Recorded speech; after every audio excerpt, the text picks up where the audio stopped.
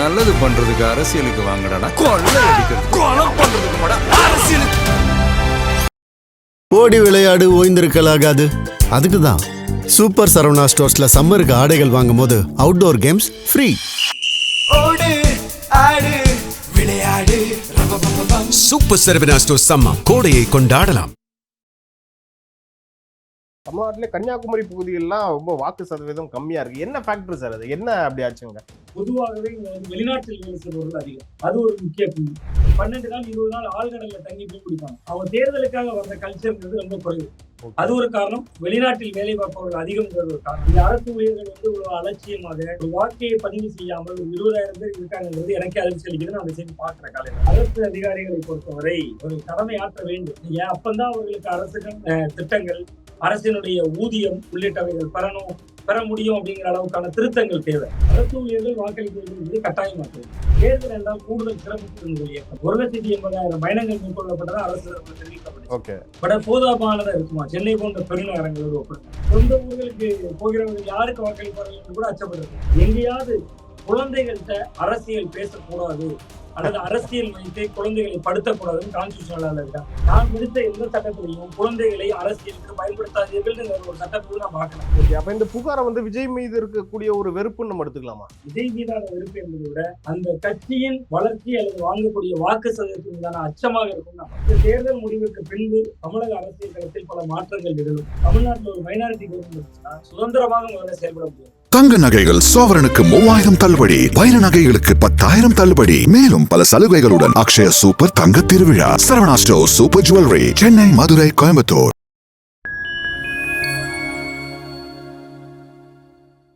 Fine time நேயர்களுக்கு வணக்கம். இன்று நம்மோடு இணைந்திருப்பவர் பத்திரிகையாளர் திரு சுவாமிநாதன் அவர்கள். வணக்கம் சார். வணக்கம். தமிழ்நாட்டிலே கன்னியாகுமரி பகுதிகளெலாம் ரொம்ப வாக்கு சதவீதம் கம்மியா இருக்கு. என்ன ஃபேக்டர் சார் அது? என்ன அப்படி ஆச்சுங்க? இல்ல, அங்க நீங்க பொதுவா தமிழகத்திலே படித்தவர்கள் நிறைந்த மாவட்டம். ஓகே. அதனால் பொதுவாகவே இங்க வெளிநாட்டில் வேலை செய்பவர்கள் அதிகம். கேரளா கல்ச்சர். ஓகே. கேரளா போன்று இங்க வெளிநாட்டில் வேலை செய்பவர்கள் ரொம்ப ரொம்ப அதிகமாக இருப்பாங்க. அது ஒரு முக்கிய புள்ளி. இரண்டாவது, இங்க மீனவர்கள் அதிகம். கிள்ளியூர் தொகுதியில தான் உடனே போலிங் குறவு. அந்த கிள்ளியூர் தொகுதி தான் தமிழ்நாட்டுல நீங்க வரிசைப்படி நம்பர் போடுறாங்க ஒரு தொகுதிக்கு. 234வது தொகுதி கிள்ளியூர் தொகுதி. நீங்க ஓட்டு வாக்கு பதிவிலையும் 234வது தொகுதியா வந்திருக்கிறது கிள்ளியூர் தான். அதான் கடைசியில இருக்கு. அந்த கிள்ளியூர் தொகுதியை பொறுத்தவரை மீனவர்கள் அதிகம். மீனவர்களை பொறுத்தவரை மேற்கு கடற்கரை, கிழக்கு கடற்கரை 2 கடற்கரை இருக்கு. கிழக்கு கடற்கரையில மீன்பிடி தடைக்காலம் அமல்ல இருக்கு. மேற்கு கடற்கரையில இப்ப மீன்பிடி தடைக்காலம் இல்ல. கேரளால இருக்கக்கூடிய முனம்பம் அப்படிங்கக்கூடிய துறைமுகத்துல மீன் பிடிக்க போயிருக்காங்க. 12 நாள் 20 நாள் ஆழ்கடல்ல தங்கி மீன் பிடிப்பாங்க. அவங்க தேர்தலுக்காக வர்ற கல்ச்சர்ங்கிறது ரொம்ப குறைவு. அது ஒரு காரணம். வெளிநாட்டில் வேலை பார்ப்பவர்கள் அதிகம்ங்கிறது ஒரு காரணம். இன்னொரு சரியான டேட்டா தேங்காய்பட்டினம் ஒரு கிராமம், நிறைய இஸ்லாமியர்கள் இருக்கக்கூடிய கிராமம். ஒரு எழுத்தாளர் இருந்தார், பிரசித்தி பெற்ற எழுத்தாளர் தோப்பில் முகமது மீரான். அவர் எழுதின நாவல்கள் எல்லாம் ரொம்ப பிரபலமான சாகித்ய அகாடமி எழுத்தாளர். அவரோட ஊர் கூட அதுதான். அப்ப அந்த ஊர்ல ஒரு பூத்துல நண்பர் ஒருத்தர் ஆபீசரா இருந்தார். அவர் கேட்கிற எவ்வளவு போலிங் பெர்சன்டேஜ் இருக்கு? 58% தான் போல இருக்கு. காரணம் என்னன்னு கேட்டா, இது இஸ்லாமியர்கள் அதிகமா வசிக்கிற பகுதி. அவங்கள பெரும்பகுதியினர் வெளிநாட்டுல வேலை செய்யறாங்க. அவங்க ஓட்டு போட வரல. சோ படித்தவர்கள் அதிகம் நிறைந்த மாவட்டம். அதிகமாக படித்ததுனால தான் பிரச்சனை. தேர்தல் குறித்த விழிப்புணர்வே படிக்கல. சார், இன்னைக்கு நான் ஒரு பேப்பர்ல ஒரு செய்தி பார்த்தேன். அதுல பாத்தீங்கன்னா அரசு அதிகாரிகளே கிட்டத்தட்ட 20,000 பேர் வாக்களிக்கல அப்படின்னு சொல்றாங்க. ஒரு அரசு அதிகாரிகள் இருக்காங்க, அவங்களே ஜனநாயக கடமை ஆற்றலாம். அது எப்படி சார் நம்ம எடுத்துக்கலாம்? இல்ல, அரசு அதிகாரிகளை பொறுத்தவரை அவர்கள் கடமை ஆற்ற வேண்டும். ஏன் அப்பந்தான் அவர்களுக்கு அரசுகள் திட்டங்கள், அரசினுடைய ஊதியம் உள்ளிட்டவைகள் பெற முடியும் அப்படிங்கிற அளவுக்கான திருத்தங்கள் தேவை. இங்க அரசு ஊழியர்கள் ஒரு அலட்சியமாக ஒரு வாக்கையை பதிவு செய்யாமல் ஒரு 20,000 பேர் இருக்காங்கிறது எனக்கே அதிர்ச்சி அளிக்குது. நான் அதை செய்தி பார்க்கிற காலையில கிட்டத்தட்ட அது ரொம்ப அதிர்ச்சி அளிக்கக்கூடிய ஒன்றுதான். பட் அது இது போன்ற நிலைமைகள் இருக்கக்கூடாதுங்கிறதா விருப்பமாக இருக்கு. அது ரொம்ப முக்கியமா அரசு ஊழியர்கள் விழிப்புணர்வை ஊட்ட வேண்டியவர். ஆனால் அவர்களுக்கே விழிப்புணர்வை ஊட்ட வேண்டி இருக்கிறது என்பது காலத்தினுடைய கட்டாயமாகவும் அழுத்தங்களும் காரணங்கிறேன்.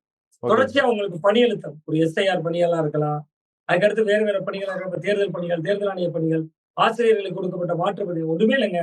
உங்க கனவை சொல்லுங்கன்னு அனுப்புறாங்க டீச்சர்ஸ். இதெல்லாம் பணி அழுத்தம் தானே. நம்ம ஓட்டு போடலன்னு அவர்களை சிறுமைப்படுத்தி விட முடியாது.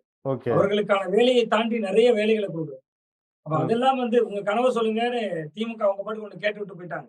காங்கிரஸ் ஆட்சியில் பங்கு அதிகாரத்தில் பங்குங்கிறாங்க. நீங்க தானே கனவு சொல்லுங்க, நீங்க ஆட்சியில் பங்கு அதிகாரத்தில் பங்குன்னு மறுக்கிறீங்கிற மாதிரி நகைச்சுவைக்காக சொன்னாலும் கூட அரசு ஊழியர்கள் வாக்களிக்க வேண்டும் என்பதை கட்டாயமாக்குது. ஓகே சரி. அடுத்த எலெக்ஷன்ல இது மாறுதான்னு பார்ப்போம். ஆனா இந்த சட்டமன்ற தேர்தல்ல ரொம்ப ஒரு முக்கியமான விஷயமா பார்க்கப்பட்டது அந்த பேருந்துகள் தொடர்பான அந்த சர்ச்சை. எங்கேயுமே அந்த போக்குவரத்து சரியா இல்லன்னு சொல்றாங்க. உண்மையாலே இதுல அரசு அதிகாரிகள் சரியா பண்ணலையா? இல்ல இந்த டிராபிக் காரணமா? என்ன சார் நடந்துச்சு பின்னாடி? டிராபிக் ஒரு வகையில காரணம். நீங்க இன்னொன்னு, தேர்தல் என்றால் கூடுதல் சிறப்பு பேருந்துகள் இயக்கம் 1,80,000 பயணங்கள் மேற்கொள்ளப்பட்டதா அரசு தரப்புல தெரிவிக்கப்பட்டுச்சு. ஓகே. பட் அது போதாமானதா இருக்குமா? சென்னை போன்ற பெருநகரங்களோடு ஒப்பிடுங்க. சென்னை போன்ற பெருநகரங்களுக்கு இன்னைக்கு இருக்கக்கூடிய சூழல்களை ஒப்பிடும்போது ஓகே. 1,80,000 பேர் போயிருக்காங்கன்னா ஓகே. எத்தனை பேருந்துகள் தேவைப்படும்? இன்னுமே கண்டிப்பா கூடுதல் அதிகமா பேருந்துகளை இருக்கும். போடணும், கமிட்டி கூட்டங்கள் போடணும், டிரான்ஸ்போர்ட் கமிட்டில இருந்து IAS ஆபீசர் தலைமையில தொடர்ச்சியா கூட்டம் போடணும், இல்லாத ஊர்களுக்கெல்லாம் சிறப்பு பேருந்துகள் இயக்கணும். அதுல ஒரு மெத்தனா போக்கு தான் பார்க்க முடிகிறது. ஓகே. தேர்தல் என்பது ஒரு திருவிழா. எப்படி நீங்க வந்து ஒரு ஒரு மதுரை மீனாட்சி அம்மன் கோயில்ல திருவிழா, எப்படி காஞ்சி காமாட்சி அம்மன் கோயில்ல ஒரு திருவிழால கூட்டம் வருமோ, அப்படி தேர்தல் என்றால் ஒரு திருவிழா போன்று மக்கள் சொந்த ஊர்களுக்கு இடம்பெறுவாங்க. அதுல அரசு இயந்திரத்துக்கு புரிதல் குறைவு. அந்த புரிதல் குறைவின் காரணம் தான் இதுன்னு பாக்குறேன். டிராபிக் எல்லாம் கிளியர் பண்ணிடலாங்க. நீங்க என்ன போக்குவரத்து நெருக்கடினா என்ன? கூடுதலா 15, 20 போக்குவரத்து காவலர்கள் ஆமா. ஒவ்வொரு பகுதிக்கு போட்டீங்கன்னாலே ஆமா. முடிஞ்சு போச்சு. அது வந்து சீப்ப ஒளிச்சு வச்சுட்டு கல்யாணத்தை நிறுத்துற கதை தான். இன்னொரு சொந்த ஊர்களுக்கு போகிறவர்கள் யாருக்கு வாக்களிப்பார்கள் என்று கூட அச்சப்பட்டிருக்கலாம். அதுவும் கூட இருக்கலாம். இல்ல சார், நான் என்ன கேக்குறேன்னா, எலெக்ஷன் கமிஷன் வந்து அவங்களுடைய முக்கியமான விஷயம் ரோலே என்னன்னு பாத்தீங்கன்னா 100% வாக்குப்பதிவு நடத்தணும் அப்படின்ற மாதிரி ஆரம்பத்துல இருந்து சொல்லிக்கிட்டு இருக்காங்க. ஆனா இவங்களே இந்த மாதிரி தவற பண்றப்போ கடைசியா அந்த பழி வந்து மக்கள் மேல வருதா அப்படின்றத கேள்வி வருது இல்ல சார்? ஆமா, நிச்சயமா. அதாவது அரசு இயந்திரம் வந்து தேர்தல் ஆணையம் ரொம்ப குறிப்பா அவங்களுக்கு நிறைய கவனங்கள் செலுத்த வேண்டியிருக்குல்ல ப்ரோ. நீங்க இன்னொரு பக்கம் பாத்தீங்கன்னா, முன்னெப்போதும் இல்லாத அளவுக்கு பண ஆதிக்கம். அவங்க தலைமை தேர்தல் அதிகாரியே கொடுத்த நேர்காணல்ல சொன்னாங்க 543 கோடி பறிமுதல் பண்ணியிருக்காங்க. ஆமாங்க சார். அப்ப நீங்க அதை பார்க்கணும். அது போக இந்த பேருந்துகள் இயங்க முடியுமா, அது இயங்க முடியுமா, தேர்தல் ஆணையம் பார்க்க முடியாது. தேர்தலை நடத்த விதிகள்ல மட்டுமே அவங்க இருப்பாங்க. ஓகே. EVM மிஷின் சரியா போயிருச்சா, அங்க பழுது ஏற்படுமா, 2, 3 தடவை செக் பண்ணணுமா, எங்க மிஷினை வைக்க போறோம், வைக்க போற இடத்துல எவ்வளவு பந்தோபஸ்து, இதுக்கிடையில ஊர்களுக்கு போற பஸ்ஸை சரி செய்திருக்க வேண்டிய பொறுப்பு இயல்பாகவே போக்குவரத்து துறைக்கு இருக்கு. அதை ஆமா, மானிட்டர் ஆமா. பண்ண வேண்டிய பொறுப்பு தான் நீங்க தேர்தல் ஆணையம். எஸ். அவங்க ஒரு அரசு வந்து கிட்டத்தட்ட தேர்தலை எதிர்கொள்கிற பொழுது எல்லாருமே ஒரு லேசியான மனநிலைக்கு வந்துடுறாங்க. ஒரு கேள்வி கேட்க மாட்டாங்க, ஒரு பொறுப்பு இல்ல. அது போன்ற தன்மைகள் மாறணும். அது காலப்போக்கில் இந்த மாற்றங்கள் நடக்கும். விஜய் அவர்கள் அந்த கடைசியா அந்த பேசினார் சார், நந்தனத்துல பேசியிருந்தாரு. என்ன சொல்லியிருந்தாருன்னா, வீட்டுல இருக்க இந்த குட்டி நண்பா நண்பீஸ் எல்லாம் வந்து வீட்டுல அம்மா அப்பா ஓட்டு போட சொல்லுங்க அப்படின்னு சொன்னதுல பேசியிருந்தாரு. அதுக்கு எதிராக இப்ப ஒரு புகாரும் கொடுத்திருக்காங்க சார் விசிகாவினர் மத்தியில. இதை எப்படி சார் பாக்குறீங்க நீங்க? இல்ல சார், அது வந்து நீங்க வந்து கிட்டத்தட்ட குழந்தைகள்கிட்ட அவர் வைக்கிற வேண்டுகோள் என்பது, நீங்க அழுது அடம்பிடித்தாவது எனக்கு ஓட்டு போட சொல்லுங்கிறது ஒரு கேஷுவலான வார்த்தை. ஆமா. நீங்க அதுல வந்து அது நான் என்ன கேக்குறேன், அரசியலமைப்பு சட்டத்துல வாக்குரிமை இருக்கு, ஆமா. பேச்சுரிமை இருக்கு, எழுத்துரிமை இருக்கு, சொத்துரிமை இருக்கு, எந்த மதத்தையும் சார்ந்திருக்கிற உரிமை இருக்கு. அடிப்படை கண்டிப்பா. உரிமைகள்ல கண்டிப்பா. ஒன்றுதான் பேச்சுரிமை. அந்த பேச்சுரிமைக்கு ரெஸ்ட்ரிக்ஷன் இருக்கு. ஆமா. அந்த மதிப்பீடுகள்ல சில தடை செய்யப்பட்ட விஷயங்கள் இருக்கு. ஓகே. எங்கேயாவது குழந்தைகள்கிட்ட அரசியல் பேசக்கூடாது அல்லது அரசியல் மையத்தை குழந்தைகளை படுத்தக்கூடாதுன்னு கான்ஸ்டிடியூஷனல் இருக்கா? இல்ல. நானும் பாக்குறேன் தொடர்ச்சியா திமுக நண்பர்கள், என்னுடைய நண்பர்கள் தான் தொலைக்காட்சிகள் பேசுறவங்க கூட அரசியலமைப்பு சட்டத்துக்கு எதிரானது, குழந்தைகளை போஸ்கோ சட்டத்துல வந்து எப்படி தவறானதோ, எப்படி ஒரு மைனர் திருமணம் 18 வயசுக்கு கீழே உள்ள பொண்ணுக்கு கல்யாணம் பண்ணிக்கிறது தவறானதோ, அப்படிதான் இதுவும் தவறானதுங்கிறாங்க. ஓகே. சட்டப்படி எந்த தடையும் கிடையாது. நீங்க குழந்தைகள்ட்ட அரசியல் பேசக்கூடாதுன்னு எப்படி சொல்லுங்க? இல்ல முடியாது சார். நான் சொல்லுங்க. ஒரே ஒரு கேள்வி கேட்கிறேன். பாஜக ஒரு அமைப்பு இருக்குங்க, ABVP, அகில பாரதிய வித்யா வித்யா பரிஷத். ஆமா. அது இருக்கு. பள்ளிக்கூடத்துல இருக்கு. பள்ளிக்கூடத்திலே இருக்கா? அப்ப பள்ளிக்கூடத்திலே இருக்கு. ABVP okay. மாணவர் அமைப்பு. ஓகே. கிட்டத்தட்ட ABVP RSS மாதிரி தான் அது. RSS மாதிரி ABVP மாணவர் அமைப்பு பள்ளிக்கூடத்துல 10ஆம் கிளாஸ் 11ஆம் கிளாஸ் மாணவ பருவத்திலே வந்துருது. ஓகே. சரி, SFI எங்க இருக்கு? அது கல்லூரி கம்யூனிஸ்ட். மாணவர்கள்ட்ட மட்டும்தான் இருக்கா? ஆமா. கல்லூரி மாணவர்கள்ட்ட தான் இருக்கா? பள்ளிக்கூடத்துல போய் நீங்க ஏன் போராட்டங்களுக்கு SFI போறாங்க? ஓகே. SFI மாணவர் மன்றம் ஒரு பள்ளிக்கூடத்துல கூடுதல் கட்டணம் வசூலித்தால் ஓகே. 11ஆம் வகுப்பு மாணவர்களோடு வீதியில் இறங்கி போராடுறது ஏன்? ஓகே. ஒரு பள்ளிக்கூடத்துல மாணவர்களுக்கு பஸ் பாஸ் உரிய நேரத்துல வழங்காட்டா அங்க போய் SFI ஏன் போராட போறாங்க? ஓகே. அப்போ குழந்தைகள், நான் சொல்ல 18 வயசுக்குள்ள எல்லாரும் குழந்தை தானே. ஆமா. ஆமா. நீங்க 17 வயசு Minors. ஆனாலும் குழந்தை தானே. இளவர் திருமணம் தானே, சட்டம் தானே சொல்லுது. நான் ஆமா. அடிப்படையில லா காலேஜ் படிச்சேன், சட்டக்கல்லூரி மாணவன். நான் பிராக்டிஸ் தான் பண்ணல.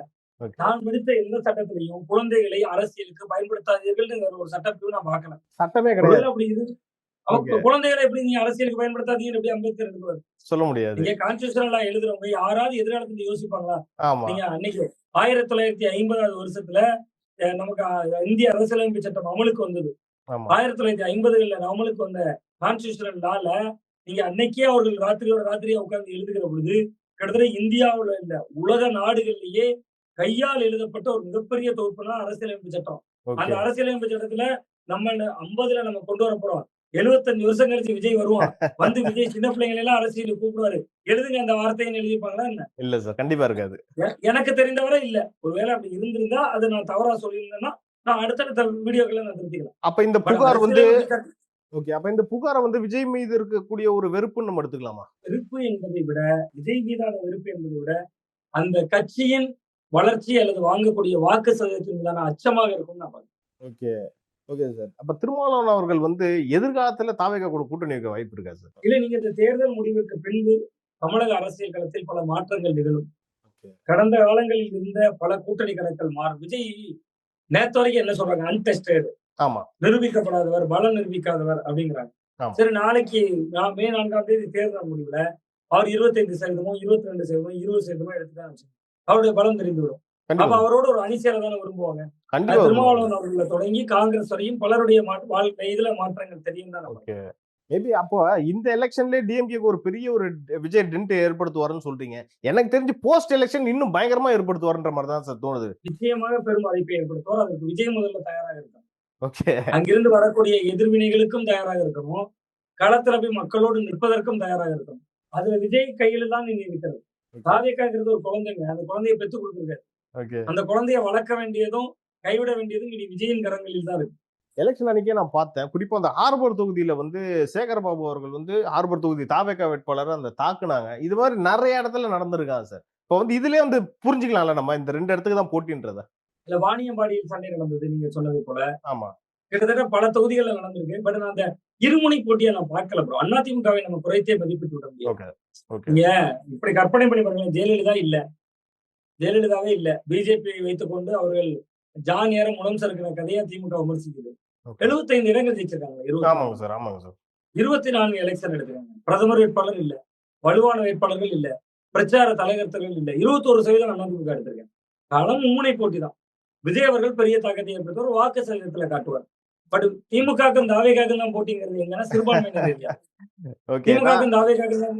திமுக ஓட்டு வாங்கிய பல பகுதிகளில் திமுக ஓட்டை வாங்கி இருக்கிறது தாவேகா. Okay sir. அதே என்னோட போன்று அப்சர்வேஷன் படி அதிமுக கேள்விப்படுத்தியிருக்கு. ஓகே. என்னோட அப்சர்வேஷன் படி பாத்தீங்கன்னா சார் 71 எலெக்ஷன்லயும் பாத்தீங்கன்னா காங்கிரஸ் 2ஆ பிளவுபட்டுச்சு. அப்பயும் வந்து திமுக ஜெயிச்சது சார். 89ல வந்து பாத்தீங்கன்னா ஏடிஎம்கே 2ஆ பிளவுபட்டுச்சு, திமுக ஜெயிச்சது. இன்னைக்கு வந்து ராமதாஸ் கட்சி, அப்புறம் பாமக, சசிகலா அவங்க இருக்காங்க. அதிமுகலே பல ஃபேக்ஷனா இருக்கு. இது வந்து திமுகவுக்கு ஒரு ஃபேவரான எலெக்ஷனா வருமா? திமுகவுக்கான சாதக வலைன்னு நான் பாக்குறத விட ஒரு மைனாரிட்டி அரசுக்கு திமுகவுக்கு கொண்டு போகும். ஓகே. 90-95 சீட்டு ஜெயிக்கலாம். நான் ஏன் சொல்றேன்னா, பிளவு ஏற்படுதுன்னா நீங்க பிளவு அதிமுக மட்டும் ஏற்படல. திமுக ஓட்டை எடுப்பதற்கும் விஜய் வந்திருக்காரு. சமூக நீதி, சமத்துவம், பிறப்புக்கும் எல்லா உயிருக்கும். பிஜேபியோட அலையன்ஸ் இல்ல. நீங்க 19, 21, 24 திமுகவோட தொடர் வெற்றியோட அடிநாதம் ஸ்டாலினுடைய ஆளுமை ஒரு பக்கம் வச்சுக்குவோம். அதை விட பெரிய விஷயம் வந்து பிஜேபி எதிர்ப்பு. அந்த பிஜேபி எதிர்ப்பை வேட்டு வைக்கிறதுனால விஜய் வேலை செய்யறாரு. ஆமா ஆமா. இங்க ஜனநாயகன் படம் பிரச்சனை ஆகுது. சிபிஐ விசாரணை போகுது. அத்தனைக்கு பின்பும் அவர் பிஜேபியோட கூட்டணிக்கு போலையே. அப்ப பிஜேபிக்கு எதிரான மனநிலை கொண்ட ஓட்டு சிதைக்கப்படுது இல்ல. கண்டிப்பா சார். நீங்க திமுகவோட கோர் ஓட்டுல கை வைக்கிறாருங்கிறாங்க. நீங்க அதிமுக ஓட்டு இழக்கிறாருங்கிறீங்க. நீங்க அதிமுக 10 தோல்வியை பார்த்துருச்சீங்க. 11வது தோல்வி அவ்வளவுதான். திமுக ஒரு மைனாரிட்டி கவர்மெண்ட்னா முதல் தோல்வி அது. ஓகே. மைனாரிட்டி கவர்மெண்ட் வந்தாலே அவரால் ஃப்ரீயா செயல்பட முடியாது சார். ஃபர்ஸ்ட் செயல்பட முடியாது. அது முதல் தோல்விங்க. நீங்க 19ல ஒரு பயங்கர வெற்றி. 39 தொகுதிகள்ல 38 இடம் ஜெயிக்கிறீங்க. தேனி மட்டும்தான் அதிமுக வருது. 21 சட்டமன்ற தேர்தல் தனிப்பெரும்பான்மையோட வெற்றி. 24 பாராளுமன்ற தேர்தல 40க்கு 40 வெற்றி. இந்த ஒப்பீட்டோட 26 பாருங்க. ஒரு மைனாரிட்டி கவர்மெண்ட் வந்துச்சுன்னா தோல்வியா வெற்றியா? தோல்விதான். திமுகவுக்கான பின்னடைவு தானே அது. Okay sir. நம்ம திமுகவுடைய பின்னடைவுன்னு பாக்குறத விட தமிழ்நாடு அரசியல்ல ஒரு மைனாரிட்டி கவர்மெண்ட் வந்தா என்ன சார் இருக்கும்? எப்படி இருக்கும் தமிழ்நாடு அரசியல்? இல்ல, குரங்கு கையில ஒரு அப்பத்தை கொடுத்தீங்கன்னா ஓகே. அந்த அப்பத்தை வந்து ஒரு சின்ன பிள்ளையில ஒரு கதை உண்டு. ஒரு அப்பம் வாங்கிட்டு வர்றாங்க. அந்த அப்பத்தை வைத்துக் கொண்டு அப்பம் யாருக்கு சரிபாதியாக பிரிக்கணும்னு சொன்னோன்னே பக்கத்துல ஒரு குரங்கு இருந்துச்சா, குரங்கு கிட்ட கொடுத்தாங்க, நீ பிரிச்சு கொடுப்பா ஆளுக்கு பாதியா அப்படின்னாங்க. உடனே அந்த குரங்கு 2 துண்டா முதல்ல பிரிச்சுட்டான். பிரிச்சுட்டு இந்த வலது பக்கத்துல கொஞ்சம் கூட இருக்கு, அந்த கூட இருக்கிற பகுதியை நான் கடிச்சுக்கிறேன் அப்படின்னு சொல்லி கடிச்சிட்டான். கடிச்சிட்டு திரும்பியும் பார்த்துச்சான். ஐயோ, இப்ப இந்த பக்கம் கூட்டிடுச்சு, இந்த பக்கம் குறைஞ்சிருச்சு, இங்கே கொஞ்சம் அங்கே கொஞ்சம் இங்கே கொஞ்சம் அங்கே கொஞ்சம் கடிச்சு மொத்தப்பமும் தீர்ந்துருச்சுப்பா, போயிட்டு வாங்க. அது மாதிரி தமிழ்நாட்டுல ஒரு மைனாரிட்டி கவர்மெண்ட் இருந்துச்சுன்னா சுதந்திரமாக முதல்ல செயல்பட முடியாது. ஒரு குறைந்தபட்ச செயல் திட்டம் என்பது கூட அதுல இல்லாம போயிடும். ஆளுக்கு ஒரு விருப்பத்தை சொல்லுவாங்க, ஆளுக்கு ஒரு ஆசை சொல்லுவாங்க. ஊழலும் லஞ்சமும் பெருகிறதுக்கு அது அடித்தளம். சில நேரங்கள்ல கூட்டணி மந்திரி சபையில யாரோ ஒருவருக்கு பிரதிநிதித்துவம் கொடுத்துருப்பீங்க, மைனாரிட்டி கவர்மெண்ட்ங்கிற பேர். ஓகே. அவர் செய்யக்கூடிய குற்றங்களுக்கு எல்லாம் நீங்க பொறுப்பேற்கணும். ஆமா. ஆனா திமுக அந்த பாதிப்பு இல்லை. ஏன் தெரியுமா?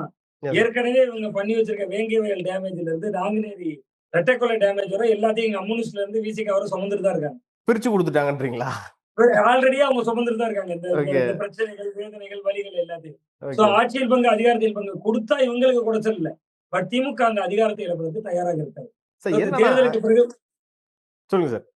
தேர்தலுக்கு பிறகு பல கூத்துகள் நடக்கும் தமிழக அரசியல் களத்துல அப்படின்னு தான் பாக்குறேன். Okay sir. எப்பவுமே பாக்குறேன் இந்த திமுக அரசு ஒரு கவர்மெண்ட் இருந்துச்சுன்னா அதுக்கு அடுத்து அவங்க வரையவே மாட்டாங்க. இப்ப வந்து பாத்தீங்கன்னா ஒரு பிரகாசமான ஒரு வாய்ப்பு இருந்தும் விஜய் அவர்கள் அதை கெடுத்து விட்டாரு. அதே சார் திமுக அடிக்கடி இது வருது. அவங்க கவர்னன்ஸ் சரியா இல்லாதனாலயா இல்ல அவங்க ஐடியாலஜினாலயா? இல்ல ஐடியாலஜி என்பதை தாண்டி சில நேரங்கள்ல மக்கள் கிட்ட வந்து ஒரு வெறுப்பை சம்பாதித்து வராங்க. ஓகே. நீங்க மக்களுக்கு மீதான வெறுப்பு என்பது அவங்க நல்லதே செஞ்சிருந்தாங்க. நீங்க முந்தைய கலைஞர் ஆட்சியோட ஒப்பிட்டீங்கன்னா இந்த ஆட்சி நல்ல ஆட்சி. ஓகே. ஆக்சுவலா இந்த ஆட்சியின் மீது விமர்சனம் நிறைய இருக்கு. சட்டம் ஒழுங்குல ஃபெயிலியர். ஆமா. நான் கடந்த பேட்டியில் கூட உங்கள்ட்ட சொல்லிப்பேன் நினைக்கிறேன். ஆமா. டெல்லி எப்படி தமிழ்நாட்டுக்கு அவுட் ஆஃப் கண்ட்ரோலோ அதே மாதிரி மு.க. ஸ்டாலின் அவர்களுக்கு சட்டம் ஒழுங்கு அவுட் ஆஃப் கண்ட்ரோல். அதே மாதிரிதான் லாண்ட் ஆர்டர்ல பல பிரச்சனை. ஊர் மாவட்டத்துக்கு மாவட்டம் லாண்ட் ஆர்டர் இஷ்யூஸ் இருக்கு. ஆமாங்க சார். இவ்வளவு பிரச்சனைகளுக்கு மேலேயும் மகளிர் உரிமை தொகை, மகளிர் விடியல் பயணம், கட்டணம் இல்லாத அந்த புதுமை பெண் திட்டத்துல 1000 ரூபாய், பல திட்டங்கள். நான் முதல்வன் திட்டம், தமிழ் புதல்வன் திட்டம், இவ்வளவு திட்டங்கள் இருக்கு. 1,71,00,000 பயனாளி இருக்காங்க. நிம்மதியா உட்கார முடியலையே சேர்ல. ஓகே. அதனால லாண்ட் ஆர்டர் இஷ்யூ. சோ அதனால வந்து அந்த ஆட்சியினுடைய நிர்வாகத்திறன் என்பதுல அதிமுகவினர் இதை விட நல்ல நிர்வாகம் பண்ணுவாங்கங்கிறேன். ஓகே. அதனாலதானே நீங்க ஒரு மந்திரி சபையில பாதி பேர் அதிமுக இருந்து கூட்டு போயிருக்கீங்க. கிடையே 8 பேர் அதனாலதான் இருக்காங்க. அந்த மாற்றம் நடக்குது. அதனாலதான் அந்த ஓகே. மாற்றம் நடக்குது. அது ஓகே. நிர்வாகத்திறனில் தோல்வி அப்படின்னு தான் பாருங்க. Okay sir. இப்போ வந்து இப்போ எனக்கு தெரிஞ்சு செகண்ட் ஃபேஸ் வெஸ்ட் பெங்காலோட செகண்ட் ஃபேஸ் முடிஞ்சதுக்கு அப்புறம் எக்ஸிட் போல்ஸ் எல்லாம் வந்துரும். உண்மையிலே எக்ஸிட் போல்ஸ் எல்லாம் எப்படி சார் எந்த வகையில சார் எடுப்பாங்க? எந்த சரி, கிரைட்டீரியா? எக்ஸிட் போலை பொறுத்தவரை மக்களுடனான உரையாடலை தான் நான் நம்புகிறேன். வேறு எந்த ஒன்றையும் விட அதிகமான மக்களோடு உரையாடல், களத்தில் வாக்களித்து விட்டு வந்தவர்களை சந்தித்த விதம், அவர்கள் வாக்களித்திருக்கக்கூடிய சதவீத அளவு, இதையெல்லாம் பொறுத்துதான் மதிப்பீடு செய்வோம். ஆனால் இந்த முறை யார் என்ன எக்ஸிட் போல் போட்டாலும் அந்த கணக்குகள்ல முன்னு பின் தான் இருக்கும். தராசு முள் போல யாராலையும் கணிக்க முடியாது என்பதை தான் நான் கணிக்கிறேன் இந்த தேர்தலை ஓகே. பொறுத்தவரை. மற்றபடி மக்களோடு அதிகமான உரையாடல் தான் எக்ஸிட் போலுடைய தீர்வு. இனிமேல் வந்து இந்த என்ன ஒண்ணு சொல்லணும்னா டெஸ்க்ல இருந்து நம்ம கணிக்கிறதும் ஆமா. அந்த கால்குலேஷன் இந்த தேர்தலுக்கு பொருந்தாது. இருந்தார். சிடிஆர் நிர்மல்குமார் இன்னைக்கு ரிப்போர்ட்டர்ஸ் பார்த்து பேசினாரு. அப்ப அவர் சொன்ன விஷயம் என்னன்னா, இங்க இருக்கக்கூடிய அதிகாரிகள் இன்னமும் திமுக ஆதரவா தான் பண்றாங்க. அவங்க தேர்தல் நடத்துறதே இவங்க தான் அப்படின்னு சொல்றாங்களே. இதை நீங்க ஏத்துக்கிறீங்களா? இப்படி நாம் விமர்சனம் வைத்துவிட முடியாது. அது எதிர்க்கட்சி அரசியல் வைக்கக்கூடிய விமர்சனம். நீங்க தேர்தல் ஆணையத்தின் மீது ஒவ்வொன்றிலும் சந்தேகப்படுவது, கலங்கப்படுவது என்பது சரியான அணுகுமுறையாக இருக்காது. நீங்க திமுகவுக்கு சாதகமாக அதிகாரிகள் இருக்கிறாங்க அல்லது அதிமுக சாதகமாக இருக்காங்கன்னா ஐஏஎஸ் ஆபீசரால இது பண்ண முடியும், கணிக்க முடியும். ஆமா. இந்த ஆட்சி தொடரப் போகிறதா, வீழப் போகிறதா என்பது. ஒருவேளை அவர்களுடைய யூகத்துல தொடரலாம் என்று நினைத்திருக்கலாம். அதனால் சில அட்ஜஸ்ட்மெண்ட் பண்ணிருக்கலாம். மற்றபடி தேர்தலை பொறுத்தவரை நம்ம 100% நியாயமாக நடத்துவாங்க அல்லது எதிர்கட்சிகளுக்கு அளவற்ற சுதந்திரத்தை கொடுப்பார்கள் என்பதே ஒரு கற்பனை தான். இப்படித்தான் இருக்கும். இதை மீறி ஜெயிப்பதான் எம்ஜிஆர் ஜெயித்துக்காரணும். Okay sir. நீங்க 77ல எம்ஜிஆர் வந்த உடனே கலைஞர் உடனடியாக இருக்கையை கொடுத்து விட்டு இருந்தாங்க, நீங்க இதுல உட்காருங்க, நான் இதுல தள்ளி உட்காருன்னு போல. இல்ல இல்ல இல்ல. எம்ஜிஆர் என்ன சொன்னார் தெரியுமா உங்களுக்கு? என்ன சார் என்னுடைய ரசிகர்கள் எல்லாம் கையில கத்தி வச்சுக்கோங்கன்னு பேச வேண்டிய சூழல் எல்லாம் ஏற்பட்டது ஓ கடந்த காலங்கள்ல. ஓகே. நீங்க பழைய அதிமுக நீங்க கூகுள்ல பார்த்தா வராது. பழைய அதிமுக சொன்னீங்கன்னா கேட்டீங்கன்னா சொல்லுவாங்க, திமுகவினரால் தாக்கப்பட்ட போது எம்ஜிஆர் கட்சி கூட்டங்கள்ல கையில கத்தி வச்சுக்கோங்க வரத புற பார்க்கலாம்னு சொன்ன நாட்கள்லாம் இருந்தது. ஓகே. அந்த அளவுக்கு அடிபட்டு, வேதனைப்பட்டு, துன்பப்பட்டு, துயரப்பட்டுதான் அவர்கள் ஆட்சி கட்டிலுக்கு வர முடியுது. யாருமே அரியணையை அவ்வளவு எளிதில் கொடுத்து விட்டு நகர்ந்துட மாட்டாங்க. Okay fine fine fine sir. Okay sir. எனக்கு இப்போ நான் அப்சர்வேஷன் படி நான் சில விதத்துல பார்த்தேன் சார். எலெக்ஷன் முடிஞ்சதுக்கு அப்புறம் ஒரு வேவ் தெரியும். அதாவது இந்த கட்சி ஆட்சிக்கு வருதா இல்ல இந்த கட்சி ஆட்சிக்கு வருதான்ட்டு. இப்ப நான் பார்த்த வர திமுகவினர் ஃபேஸ்ல ஒரு எக்ஸைட்மெண்ட் தெரியல சார் அவங்க கிட்ட. அவங்க ஒருவேளை அவங்க ரிசல்ட்டுக்காக குழப்பத்துல இருக்காங்களா இல்ல தோல்வி பயமான்னு தெரியல சார். நீங்க எப்படி சார் பாக்குறீங்க அதை? இல்ல, திமுகவை பொறுத்தவரை மைனாரிட்டி அரசு வருவதையே அவர்களுக்கான தோல்வியாக பார்க்கிறாங்க. ஓகே. நான் என்னுடைய யூகம் சரியாக இருந்தா ஒரு மைனாரிட்டி அரசு திமுக அமைக்க முடியும். பட் அவர்கள் அதை விரும்பல. 200ன்னு பேசினது, ஆமா. 1,31,00,000 பேருக்கு 1000 ரூபாய் கொடுத்தது, அவன் மக்கள் நல திட்டங்களுக்கு வாக்கு இல்லையா என்கிற அயற்சியும் அதிர்ச்சியும் அவர்களுக்கு தந்திருக்கிறது. ஓகே. இங்க அதனுடைய தாக்கம் தான் அதுன்னு நான் பாக்குறேன். கிட்டத்தட்ட திமுகவினருக்கு ஏன் மகிழ்ச்சி இல்லைன்னா பல தொகுதிகள்ல விஜய் எடுக்கக்கூடிய ஓட்டுகள், ஓகே. தாவேக்கா எடுக்கக்கூடிய ஓட்டுகள், சுயாரா வெற்றி. நான் அந்த சீட்ல உட்கார்ந்துருக்கேங்க. இந்த சீட்டு எனக்கு தான், எங்க வீட்டுலதான் இருக்கு. ஆமா. நீங்க உட்கார்ந்து இருக்கிற இருக்க உங்களுக்கு தான். உங்க ஆபீஸ்ல தான் இருக்கு. நீங்க எவ்வளவு நேரம் உட்காந்துக்கலாம். நீங்க எடுக்கிற முடிவு தான். 8 கண்டிப்பா. மணி நேரம் டியூட்டி முடிஞ்சிருச்சு. நான் போறேன்னா போலாம். கொஞ்ச நேரம் 1 மணி நேரம் கீழே இருக்கலாம். ஆமா. இது எங்க வீட்ல தான் இருக்கு இந்த சேர். நான் உட்காந்துக்கலாம். எம்எல்ஏ சீட் அப்படி இல்லையே. கண்டிப்பா. 5 வருஷம் தான் அவர் அந்த ஒரு சீட்ல உட்கார வாட்டி. முடியும். ஒரு தடவை 5 வருஷம் தான் இருக்க முடியும். அடுத்த தேர்தலை சந்திக்கணும். ஓகே. அந்த தொகுதி தோல்வியில முடிஞ்சிருக்கிற அச்சம் இருக்கு. So okay. அதனால அந்த மகிழ்ச்சி இல்லைன்னு நான் பாக்குறேன். Okay sir. நிறைய விஷயம் இன்னைக்கு எலெக்ஷன் சம்பந்தமா பேசணும். இது குறித்து அடுத்தடுத்த நிகழ்ச்சிகள்ல இன்னும் நம்ம நிறைய டீட்டெயிலா பேசலாம் சார். நன்றி சார். தேங்க்யூ.